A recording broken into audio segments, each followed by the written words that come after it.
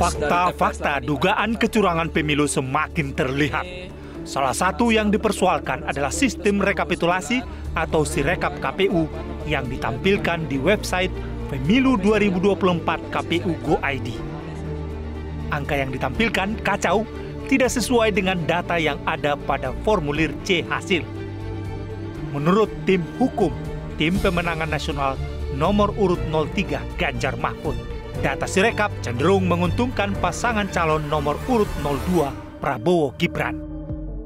Penggunaan Sirekap yang cenderung menguntungkan paslon nomor 2 dan merugikan paslon nomor 3. Dan kami berpendapat bahwa hal ini sangat tidak sehat dan sangat tidak fair dan mengancam pemilu dan pilpres yang jujur. Dan kami sudah melaporkan ini baik ke KPU dan Bawaslu. Kami minta kepada Bawaslu untuk melakukan investigasi terhadap hal ini. Tim hukum Paslon 01 Anies Muhaimin juga menemukan banyak kecurangan yang diduga menguntungkan Paslon 02 Prabowo Gibran. Data dan dokumen pendukung sudah dikumpulkan sebagai bahan laporan ke Bawaslu RI. Kami menemukan banyak sekali fakta-fakta kecurangan yang telah kami verifikasi. Dan laporan ini sudah kami follow up-in, laporan-laporan ini sudah masuk ke Bawaslu dan siap akan berlanjut sampai titik darah penghabisan. Kami akan melaporkan ini sesuai dengan prosedur hukum yang ada. Segala dugaan kecurangan pemilu tidak selalu berujung di Mahkamah Konstitusi. Jika fakta dan data sudah dikumpulkan, dapat dilaporkan ke Bawaslu RI untuk segera ditangani. Ujungnya itu tidak melulu harus via Mahkamah Konstitusi. Jadi di Mahkamah Konstitusi itu kalau hasil akhir itu sudah ditetapkan oleh KPU. Nah sekarang ini kan kita sedang ongoing ya, menuju 20 Maret. Nah menuju 20 Maret itu pelanggaran atau kecurangan juga bisa dilaporkan via Badan Pengawas Pemilu. Apakah dia berupa pelanggaran administratif pemilu, yaitu pelanggaran terhadap tata cara prosedur mekanisme pengadministrasian tahapan pemilu, atau yang kedua dia berupa tindak pidana pemilu, ataukah dia berkaitan dengan dugaan pelanggaran struktur sistematis dan masif. Begitu banyak data, gambar, dan video sebagai petunjuk masifnya dugaan pelanggaran pemilu 2024. Publik menunggu Bawaslu mampu menindaklanjuti laporan dugaan kecurangan pemilu tersebut. Tim Liputan Metro TV. Dan kita sekarang memiliki bukti-bukti kita mengalami pemerkosaan demokrasi di Republik Indonesia ini. Sikap saya adalah saya akan menolak hasil perhitungan yang curang.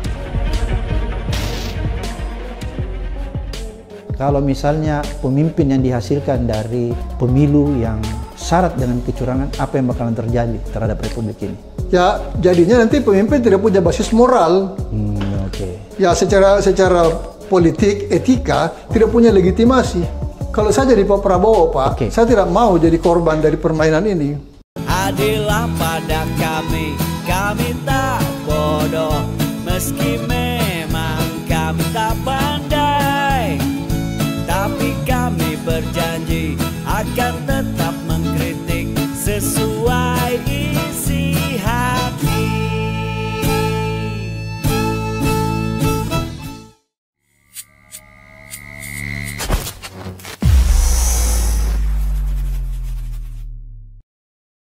Bismillahirrahmanirrahim. Assalamualaikum warahmatullahi wabarakatuh. Semangat perubahan, salam kedaulatan rakyat.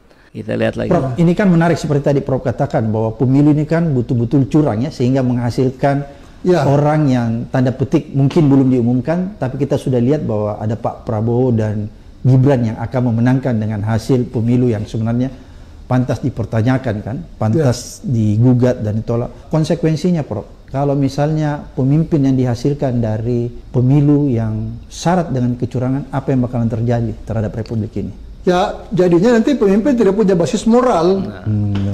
Ya, secara politik, etika tidak punya legitimasi. Kalau saya jadi Pak Prabowo, Pak, saya tidak mau jadi korban dari permainan ini. Kenapa, Prof? Ini kan sudah jelas-jelas dibuka mengenai kecurangan. Ya, masa Anda mau menang dari satu pilpres yang dinyatakan curang, atau yang dianggap curang oleh publik? Anda tidak punya landasan moral untuk memimpin. Gitu loh. Pak Prabowo harus jujur pada dirinya sendiri dan jujur kepada rakyat. Beliau harus mengatakan kepada rakyat, saya tidak mau menjadi presiden dari hasil pemilihan yang curang. Saya tidak mau menjadi produk dari pemilihan curang. Ya, apalagi saya baca di beberapa berita, itu Gerindra sendiri dan beberapa partai pengusung 02 kan menyebut adanya kecurangan. Artinya secara moral mereka juga tahu bahwa kecurangan itu tidak bagus.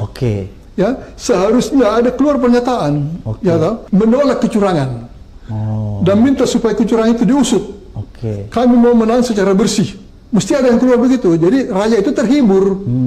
Jangan sampai ada kesan, maaf ini, seolah-olah Pak Prabowo menikmati kecurangan ini. Kan kasihan beliau. Beliau itu adalah korban dari kecurangan yang dilakukan oleh Jokowi dan teman-temannya tahun 2019.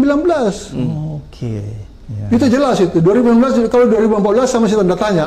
Jadi 2019 itu Jokowi menang curang.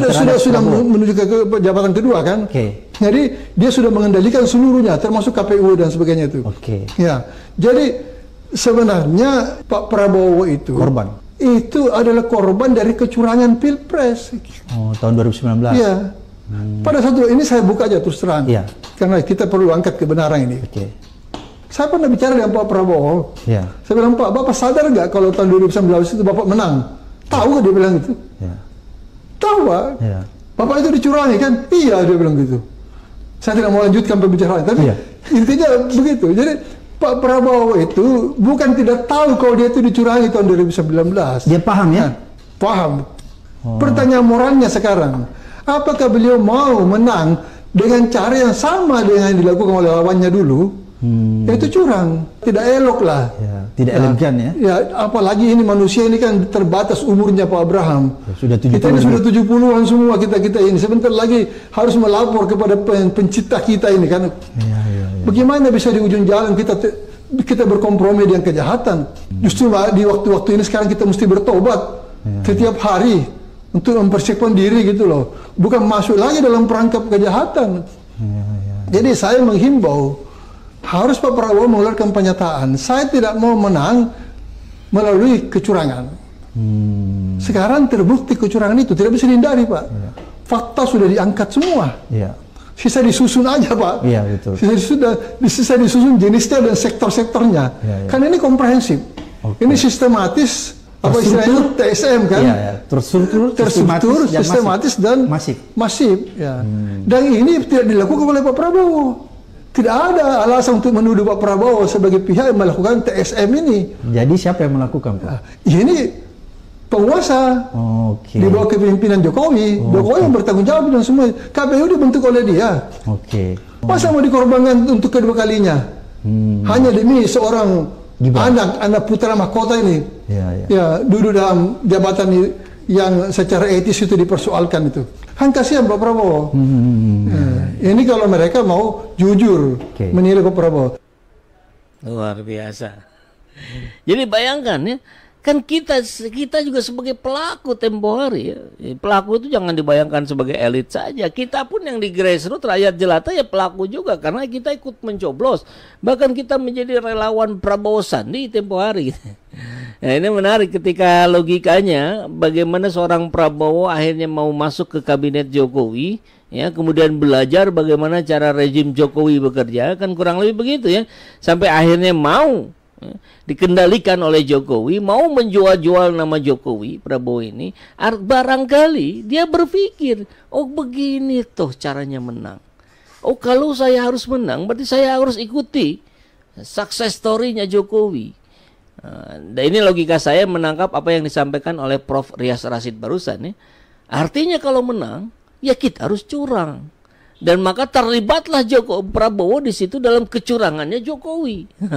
Ini menarik ya ketika kita simak bahwa cara-cara ini berbeda responnya dari 2019. 2019 kita nggak punya data kok, kita nggak punya bukti-bukti kok. Yang disampaikan di MK pun nggak jelas data dari mana itu C1 Plano. Tapi hari ini semua orang pegang handphone, semua orang memfoto, semua orang memvideo, memviralkan. Termasuk seperti salah satu kecamatan di Jawa Timur yang akhirnya ada pengakuan dari KPU dan Bawaslu bahwa mereka menambahkan angka pada 02. Itu gak bisa lagi dibantah. Jadi TSM ini clear. Proses penyusunan sudah pasti hari ini sedang dilakukan baik oleh tim hukum 01 maupun 03. Ini jalur hukum. Belum lagi jalur politik, hak angket di DPR yang akan bergulir dengan bukti-bukti kecurangan yang juga tersebar di mana-mana. Adillah pada kami tak bodoh, meski memang kami tak pandai, tapi kami berjanji akan